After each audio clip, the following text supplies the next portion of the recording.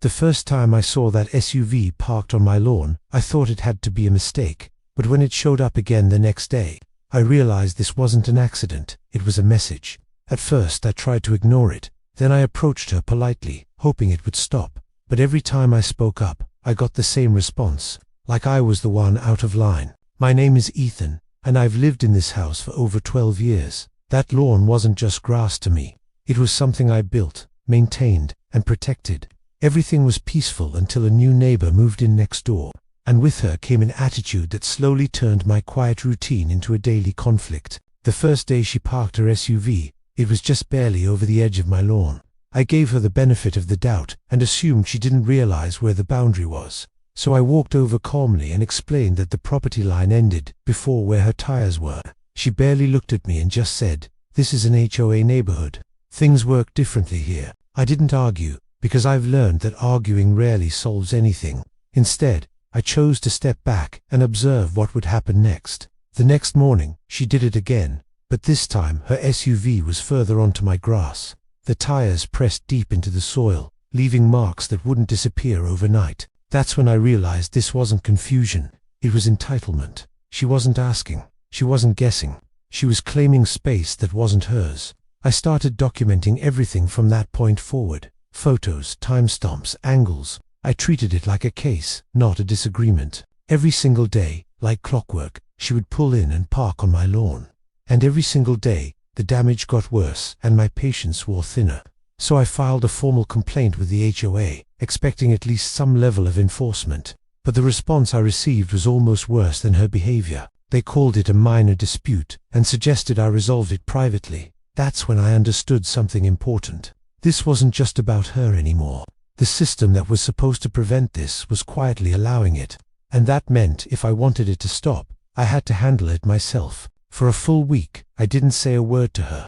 I let her continue, completely unaware that I had already shifted strategies. Instead of reacting emotionally, I started planning strategically, because if she thought she could control the situation, she was about to learn otherwise. I contacted a local landscaping supplier and placed an unusually large order, 3 tons of fresh mulch, scheduled for delivery early in the morning. The delivery driver asked me exactly where I wanted it dropped, and I pointed directly to the section of lawn she used every single day. Timing was everything, and I made sure it was perfect, because I wasn't just solving a problem, I was sending a message back. The next morning, the mulch arrived right on schedule. A massive pile sat exactly where her SUV usually parked, impossible to ignore. A few hours later, she pulled up like always, expecting the same empty space. But this time, she stopped abruptly, clearly confused by what she was seeing. She stepped out of her SUV and looked at me like I had crossed a line. And that's when she finally decided to confront me directly. "What is this supposed to be?" she demanded, pointing at the pile. I looked at her calmly and said, "It's landscaping, on my property." For a moment, she didn't know how to respond, because for the first time, the situation wasn't going her way. But instead of backing off, she doubled down. She squeezed her SUV right up against the edge of the mulch, still trying to claim space. That's when I moved to the next phase of my plan. Slowly, carefully, I started spreading the mulch outward. I didn't touch her vehicle, I didn't interfere directly. I simply continued improving my lawn, inch by inch. Over the next few hours, the mulch expanded around her SUV. By the end of the day, it was partially surrounded, like it had grown there naturally. When she came back and saw it, the shock on her face was undeniable. Her SUV wasn't damaged, but it was definitely trapped. She immediately started raising her voice, accusing me of going too far. But I didn't raise mine, because I didn't need to.